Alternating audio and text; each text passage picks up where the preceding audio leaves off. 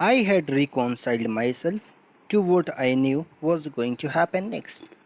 Narrator जो है वो बोल रहा है कि मैं खुद की बात करूं तो मैंने पहले ही अनुमान लगा लिया था और मैंने खुद को मना भी लिया था क्योंकि मुझे पता था कि आगे क्या होने वाला है।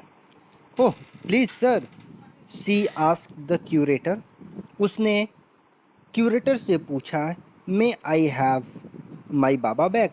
क्या मैं अपने बाबा को वापस ले सकती हूँ? Hesitantly he answered. वह हिचकिचाते हुए जवाब दिया, madam, he belongs to the zoo and is government property. Madam, यह जो बाबा जो है वह अब जू का है और जू जो है वो गवर्नमेंट यानी कि सरकारी प्रॉपर्टी है। I can not give away government property. मैं आपको सरकार का प्रॉपर्टी नहीं दे सकता हूँ। बट इफ माई बॉस, लेकिन अगर हमारे जो बॉस हैं the superintendent Bangalore agrees, certainly you may have him back. अगर हमारे जो सुप्रिटेंडेंट जो है जो बेंगलोर की अगर वो राजी हो जाए तो निश्चित तौर पे मैं आपको इसे वापस दे सकता हूँ। There followed the return journey to Bangalore. और वापस हम लोग बैंगलोर चले गए। And a visit to the superintendent's bungalow. और हम लोग अपना घूमने के लिए सीधे सुप्रिटेंडेंट के बंगले पे गए। टीयरफुल प्लीडिंग, एक आंसू भरा याचना यानी कि रिक्वेस्ट करती है। Baba and I are both fretting for each other. Baba और मैं एक दूसरे के लिए रो रहे हैं। Will you please give him back to me? क्या आप कृपया करके मुझे उसे दे सकते हैं? He was a kind hearted man. वह जो सुप्रिटेंडेंट जो था वह एक बहुत ही दयालु हृदय का इंसान था। And consented. Not only that but he wrote to the curator. उसने क्यूरेटर को पत्र लिखा, टेलिंग यह बताते हुए him to lend us a cage for transporting the bear to Bangalore. उसने यह भी लिखा कि हम लोगों को एक ट्रांसपोर्ट दिया जाए जिसमें हम लोग बाबा को लेकर के बेंगलोर चले जाएं। Back we went to Mysore again. हम लोग वापस मैसूर आ गए। Armed with the superintendent's letter. Superintendent के लेटर के साथ। Baba was driving in to a small cage. Baba को एक छोटे से पिंजड़े में डाल करके लेकर के आया गया। And hoisted on top of the car. और उसे कार के सबसे ऊपर रखा गया। The cage was tied securely. Cage को यानी कि पिंजड़े को बहुत ही सुरक्षित ढंग से बांध दिया गया था। And a slow and careful return journey to Bangalore was accomplished. और बेंगलोर के लिए एक धीमी गति से और बहुत ही सावधानी से हम लोगों का वापसी जर्नी स्टार्ट हुआ। वंस होम, एक बार जब हम लोग वापस घर आ गए, a squad of police were engaged for special work in our compound. तो बहुत सारे कुली जो थे वो हमारे कंपाउंड में खास कामों के लिए लगे हुए थे। An island was made for Baba. Baba के लिए एक आइलैंड भी बनाया गया था। It was 20 feet long. इसकी जो लंबाई जो थी वो 20 फीट लंबी एंड 15 फीट वाइड, और वो 15 फीट चौड़ा था। And was surrounded by a dry pit. और उसे एक सूखे पिट से घेरा गया था। और मोट 6 feet wide and 7 feet deep. 6 और 7 फीट चौड़ा एक डिप भी पिट खाना गया था।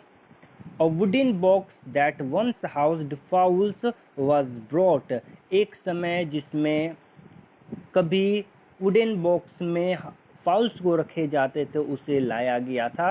And put on the island for Baba to sleep in at night. और उसे आइलैंड पे रखा गया ताकि बाबा उसमें सो सके। A straw was placed inside to keep him warm। उसके अंदर यानी कि पिंजड़े के अंदर एक बहुत सारे पुआल रखे गए थे ताकि बाबा को आराम मिले यानी कि उसका शरीर जो है वो गर्म हो सके। And his baby the nail stump along with his gun. और वो अपने बेबी को गन के साथ रखता था यानी कि जो गन जो था वही उसका बेबी था। द पीसेज ऑफ बैम्बू, उस बैम्बू के पीस को भी रखता था, both of which had been sentimentally preserved since he had been sent away to the zoo. जब उसे पिंजड़े में भेजा गया था तो उसका सारा चीज जो था वो सुरक्षित ढंग से रख दिया गया था। Were put back for him to play with, और वापस जब वो आया तो उसे खेलने के लिए उन सारी चीजों को अच्छे तरीके से रखा गया। इन अ फ्यू डेज, कुछ ही दिनों में, the coolies hoisted the cage on to the island and Baba was released. उस पिंजड़े को आइलैंड से उतारा गया और बाबा को आजाद कर दिया गया। He was delighted, वह बहुत ही ज़्यादा प्रसन्न हुआ।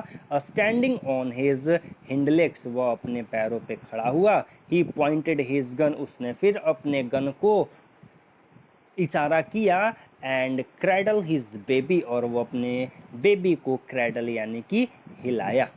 माई wife spend hours sitting on a chair there, वहाँ पे मेरी पत्नी बैठ बैठ करके घंटों घंटे बिताती थी।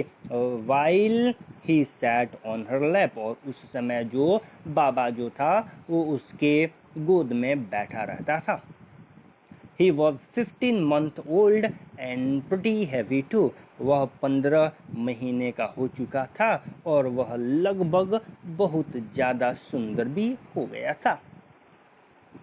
The way my wife reaches the island, जिस तरीके से कवि की पत्नी आइलैंड के पास पहुंचती थी, एंड लिप्स, और जिस तरीके से वो वहां से वापस आती थी, इट इज़ इंटरेस्टिंग, यह बहुत ही मज़ेदार लगता था।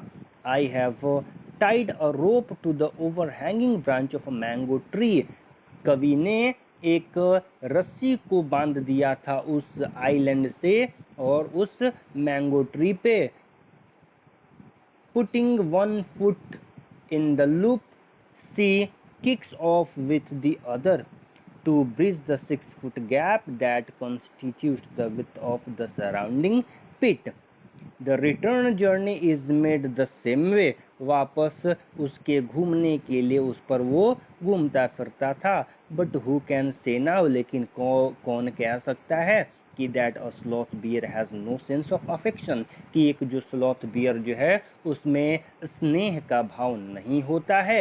नो मेमोरी, उसमें कोई याददाश्त नहीं होता है। एंड नो इंडिविजुअल कैरेक्टरिस्टिक, और यह कह दे कि वह स्लॉथ बियर जो होते हैं वो किसी खास व्यक्ति को नहीं पहचानते हैं। तो चिल्ड्रेन, यह वीडियो आप लोगों के लिए रहा। अगर आपको ये वीडियो पसंद आए, समझ में आए, तो लाइक, सब्सक्राइब और कमेंट जरूर करेंगे।